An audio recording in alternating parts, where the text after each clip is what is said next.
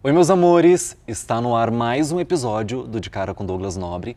Hoje eu recebo dois convidados incríveis, atores maravilhosos que estão em cartaz aqui em São Paulo com a peça Quando Eu For Mãe, Quero Amar Desse Jeito. Larissa Maciel e Mohamed Harfouch. Tá tudo bem com vocês? Tudo bom. Estou muito feliz de conversar com vocês pela primeira vez e promocionar um espetáculo tão incrível que está em cartaz aqui em São Paulo. Obrigado. Obrigada. Bom, antes de iniciar o nosso bate-papo, eu preciso perguntar como que é estar no palco com um ícone da TV brasileira como Vera Fischer. Começa comigo? Pode falar. Eu sempre acho que é uma celebração, né? Vera Fischer faz parte da nossa memória afetiva. Sim. Eu acompanhei, todos nós brasileiros acompanhamos, né? Em algum momento, algum personagem dela numa obra inesquecível e bacana. E acho que é muito bonito a gente celebrar o teatro estando com a Vera no palco, celebrando 55 anos de carreira. Eu acho que é uma troca super horizontal. Eu sei que ela tem esse lugar do ícone, da beleza, do talento e tudo, mas quando ela está no palco, ela é uma colega incrível de cena e a gente se diverte e eu acho que joga essa bola junto. É um momento muito bacana e tudo isso, lógico, depois de tudo isso que a gente passou, de pandemia, isolamento, distanciamento, você poder estar no palco celebrando a cultura, a arte e com uma veterana como a Vera Fischer encampando isso junto com a gente é muito especial. Que show. Verdade. E pra você, Lari? As pessoas, eu acho que do público em geral, é pouco conhecido quanto a Vera tem uma trajetória dentro do teatro. E uma das coisas que eu mais gosto é quando ela começa a contar as histórias de todos os espetáculos que ela já fez, de todas as pessoas com quem ela trabalhou, né? Ela tem um ranking assim, enorme de pessoas incríveis com quem ela trabalhou e é muito gostoso a gente compartilhar essas histórias com ela. Não tenho dúvidas. Qual foi a sensação de vocês ao pisar no teatro pela primeira vez pós-pandemia? Ai, foi um alívio e uma alegria e uma emoção e uma felicidade, uma mistura de muitos sentimentos todos bons. Porque foi muito difícil para a gente passar para os atores, para os artistas, né? Foi um nicho de trabalho que foi diretamente... Todos fomos, mas nós fomos os primeiros a parar e os últimos a voltar. Sim. Então, assim, a gente realmente ficou 2 anos impedidos de exercer o nosso ofício, foi muito doloroso. Esse espetáculo mesmo, a gente estava prestes a estrear quando aconteceu a pandemia, a gente estava com tudo pronto, ia estrear, faltavam 15 dias, tivemos que parar tudo. Paramos por 2 anos até poder voltar. Então, esse retorno foi, assim, foi uma experiência muito intensa. Olha, eu durante a pandemia, eu fiz um espetáculo online, tamanha era a minha vontade de sobreviver nesse período. Sim. Com a cabeça e estar ativo e poder trabalhar. Juntei uma equipe toda online e a gente fez esse espetáculo. Foi maravilhoso, foi muito bacana. Mas é inegável que o silêncio do teatro só existe no teatro. Sim. Então, assim, por mais que a gente saiba que as lives nos ajudaram, encurtaram as distâncias e tudo, estar numa caixa mágica como o teatro é algo muito, muito sagrado, sabe, na expressão máxima disso. Eu acho que é uma comunicação, essa comunhão que existe no teatro entre público e artista, só o presencial dá. Só acontece Impagável, aqui. Né? Isso aqui, quando você pisa num teatro desse, ele tem história. Muitos antes de nós pisaram aqui, muitos depois de nós irão pisar. E por isso que eu acho que nós temos que ocupar as nossas salas, estar presente, porque isso não é do artista, isso é do público, é nosso enquanto artista e enquanto cidadão. Então é uma honra e um privilégio poder estar num palco como o Teatro Raul Cortez, com este nome ainda, né? De um ícone da nossa cultura. Sim. Mohamed Vive Lauro, filho de Dulce Carmona, interpretado por Vera Fischer. Uma mãe bem conservadora, que fica ali no pé do filho, que intriga um pouquinho com a Larissa Maciel, mas eu vou deixar para a Lari contar um pouquinho sua personagem. Então, o nome da minha personagem é Gardênia de Prada. Ela é uma mulher muito... Nossa, que nome forte, né? Forte nome bem que nem de ela. gente rica. Ela é bem forte, bem intensa. O Lauro, ele resolve apresentar para a mãe finalmente uma noiva, uma possível futura esposa, né? E a dona Carmona, ela é uma mulher muito apaixonada por esse filho e ela tem um projeto para ele, né? Então ela não pode permitir que nenhuma mulher se atravesse nesse projeto que ela tem para esse filho. Então quando ele conta que ele vai apresentar a mulher com quem ele quer se casar, ela fica muito desconfiada, até que ela descobre que essa mulher tem dinheiro, mas não tem o berço. E aí ela acha que vai ser uma mulher que ela vai facilmente manipular, só que aí ela conhece a Gardênia, que é uma mulher muito parecida com ela. Então aí começam os embates, que vão cada vez se tornando mais intensos até um final totalmente inesperado, que a gente não pode contar muito para não estragar a experiência do público que vem assistir a gente. E como está sendo para você interpretar Lauro? Cara, eu tenho uma paixão por esse texto, né? Desde o primeiro dia que eu li esse texto, em 2016, eu fazia um outro espetáculo com o Tadeu e com o Eduardo, era o Tudo ou Nada, e eu fiquei impactado justamente pelas reviravoltas que a carpintaria do texto permite que tanto nós artistas quanto o público percebam e se surpreendam. Eu acho que isso é o maior jogo, é um grande jogo que acontece no palco. E o Lauro é um personagem que me possibilita, porque ele está dividido, ele fica no meio entre agradar a esposa, a futura, a noiva, a esposa e agradar a mãe. Então, assim, nesse jogo dessas mulheres super fortes e cheias de veneno e cheias de... Eu coloco essa metáfora. Para mim, elas estão jogando xadrez enquanto ele está brincando de bola no play, sabe? Ele está no parquinho e elas estão jogando xadrez. E isso acontece o espetáculo inteiro. Ele só quer ir pro quarto com a mulher, ser feliz com a mulher, ter uma vida normal. E elas têm planos mirabolantes, sabe? Então, à medida que o Lauro vai amadurecer... Não é que o Lauro seja... Ele também tem o seu lado... Ele também tem o plano dele, mas o plano dele, gente, coitado, é o planinho dele. O plano dele é daqui até ali. Ele dá um plano pensando no próximo passo. Elas dão um plano pensando nos próximos 20 anos, entendeu? Uma coisa meio assim. Então, para ele vai sendo... O bacana disso é que a surpresa do Lauro é a mesma surpresa da plateia. E nessa comunicação imediata é muito interessante, porque o Lauro também é espectador do que está acontecendo no palco. Então é muito surpreendente. Eu acho uma grande diversão. Atrapalha! Não, de maneira nenhuma, mãe. Nós estávamos, inclusive, esperando a senhora. Gardênia, esta aqui é minha mamãe, quer dizer, minha mãe. Muito prazer. Eu sou Dulce Carmona. Eu estava tão ansiosa para conhecer a senhora. Eu também estava muito ansiosa para conhecer você, Margarida. Gardênia. Mamãe, o nome dela é Gardênia. Seja purista, Lauro. Gardênias, margaridas, rosa, todas são flores. Mas eu tenho certeza que ela não se incomodou com o lapso de memória da sua mãe. Não é, minha filha? Não, é claro que eu não me incomodei. A senhora está me conhecendo agora, né? Eu não me importei, Carminha. Não, Carmona. Bom, a peça fala sobre família num aspecto muito singelo, não tão singelo, mas eu não posso deixar de perguntar, vocês são pais, você tem uma filha, você é pai de dois filhos. Hoje nós vivemos num mundo muito complexo, muito difícil. Eu sinto na minha realidade que, de fato, é uma outra realidade se comparada a 10 anos atrás, quando eu tinha 16 anos.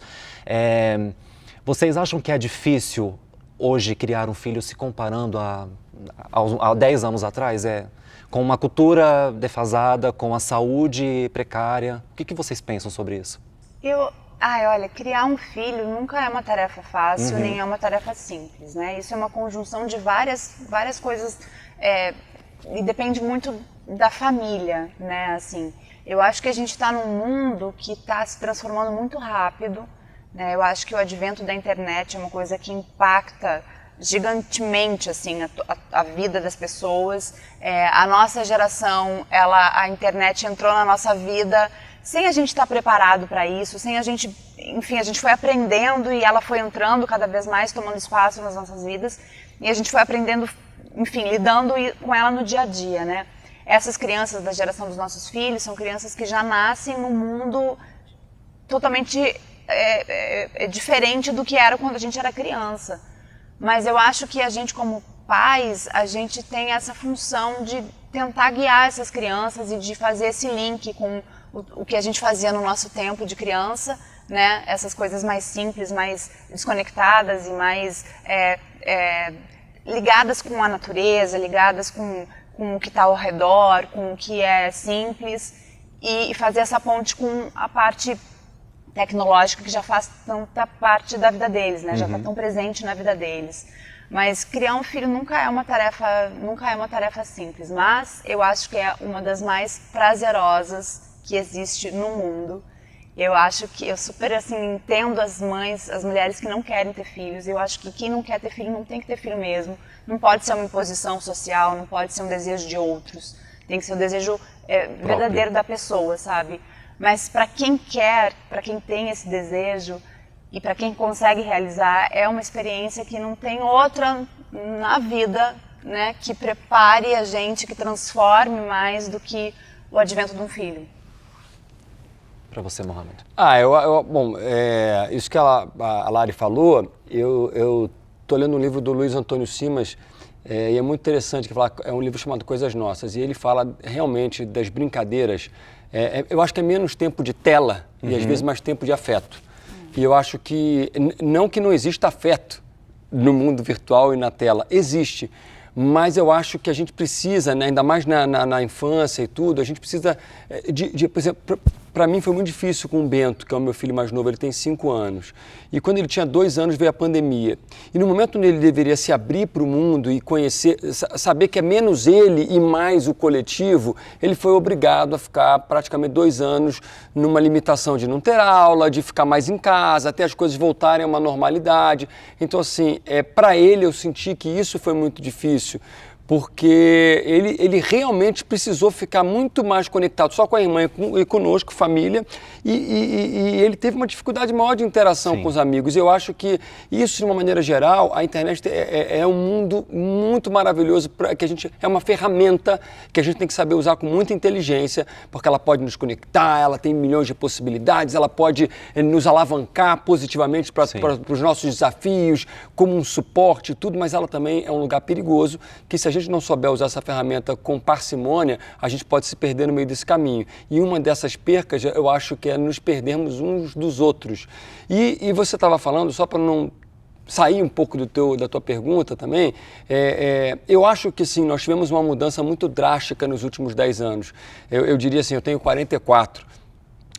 Então, assim, eu acho que estamos mudando, é evidente, ao longo das décadas, mas nos últimos 10 anos a gente teve muitas mudanças e uma delas que eu sinto é que realmente a gente está vivendo um momento onde eu, pelo menos, nunca tinha experimentado viver num momento assim, realmente, onde a cultura está tão amassada, onde a gente vê uma beligerância, um estímulo ao ódio, e tudo isso eu acho que realmente é muito ruim e a gente tem que ter muita inteligência emocional para driblar essas ciladas que esses tempos nos apresentam e guiar nossos filhos no caminho do afeto e do respeito, dos valores, da ética, sabe? Porque são palavras que hoje são muito usadas na campanha, em muitas coisas, mas eu acho que a gente tem que olhar isso realmente como palavras preciosas. Eu acho que muito disso tem se perdido. Eu vejo relações com amigos, família, muitas se deteriorando por causa disso, sabe? Das brigas desses tempos. Então, eu acho que a gente precisa realmente recuperar muito do nosso afeto social. Com certeza. E grande ponto disso vem da política também, né? Exato. Eu falei recentemente numa outra entrevista, num outro bate-papo, que hoje pai para de falar com o filho para de falar com a mãe por conta de se é de lado A, lado B, se prefere esquerda, direita. Eu acho que isso é um assunto tão fútil, baseado numa família que você vai recorrer no momento mais difícil da sua vida. Não é o lado A ou lado B que vai te socorrer, é a sua família, quem está em casa com você. Então a gente está muito limitado a isso, né? A gente não consegue conviver assim. Eu acho que esse pós-pandemia foi bom para a gente se reconectar com as pessoas, mas eu acho que esse negócio de se reconectar está muito parado, assim. Eu não sinto que é a mesma coisa que antes. Eu acho que as discussões elas ficam muito rasas, né? Assim, e muito rasas é uma boa palavra, são superficiais. Acho que as pessoas se pegam em coisas que não são as mais importantes a serem consideradas, sabe? Eu acho que a gente está vivendo um tempo que as pessoas têm acesso a muita informação, mas é tudo horizontal, assim, é só a superfície, né? Ninguém se aprofunda em nada. Quando a pessoa começa a falar sobre um assunto, ela consegue falar 2 ou 3 linhas e depois ela já não tem mais argumento, né? Porque ela tem acesso a milhões de estímulos de notícias durante todo o dia, mas ela não consegue se aprofundar, ela não consegue ler uma notícia e se aprofundar naquele assunto, investigar se é verdade, da onde veio a informação, é tudo muito, né? As pessoas não dão conta, então fica tudo muito na superfície, e eu acho que isso nos leva para um caminho que é perigoso, né? Sim. Eu sinto a mesma coisa. Engraçado que a gente estava almoçando com os amigos hoje, né? Eu não sei quando é que vai passar a entrevista, mas, enfim, a gente estava fazendo juntos nesse almoço. E essa questão foi colocada, como está difícil a reconexão, né? E eu acho que são vários os motivos. A gente vive a gente passou por uma pandemia, isso nos amassou de maneira... Todos nós perdemos alguém, todos nós atravessamos momentos muito difíceis, não somos os mesmos, porque passamos por momentos muito cruéis. Eu acho que nós ainda estamos vivendo, né, um momento pré-eleitoral aí, que pode ser definitivo para a construção de país que a gente quer, né? Porque a gente almeja de país, acho que é uma eleição muito importante. Fora tudo isso, nós temos também uma grande crise econômica que nos coloca também num desafio muito grande. Sim. Então, eu acho que todos nós hoje vivemos um momento delicado e estamos sensíveis, amassados, né? Acabamos de passar, estamos ainda com reflexos da pandemia do coronavírus e tem já a varíola dos macacos, aí a gente já fica, meu Deus, mas essa questão, então assim, é difícil, para como a Lari falou, são muitos assuntos, o algoritmo vem determinando as nossas conversas, né? E vem impondo as questões do dia a dia.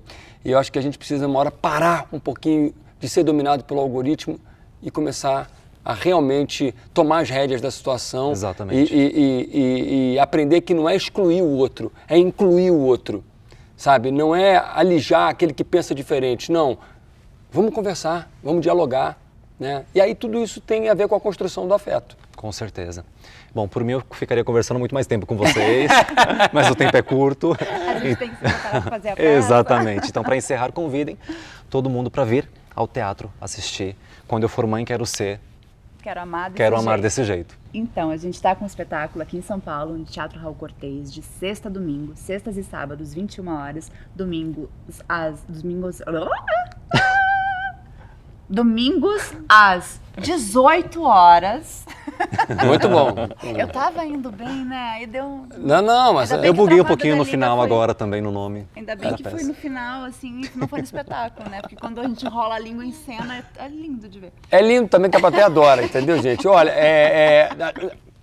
o momento tá difícil, né? Todo mundo, a gente falou muito de reconexão e tudo. Exatamente. Estar no teatro é uma grande oportunidade de reconexão com a sua família, com os seus amigos, enfim, é muito bacana e a gente pode se divertir muito. E aqui você tem uma comédia que eu tenho certeza que você vai rir, se emocionar, porque ela é cheia de veneno e tem muita emoção também. Venha se surpreender com a gente com Quando Eu For Mãe, Quero Amar Desse Jeito. Vera Fischer, Larissa Maciel e eu esperamos vocês aqui, sextas e sábados, 21 e domingo às 18 horas. Teatro Raul Cortez.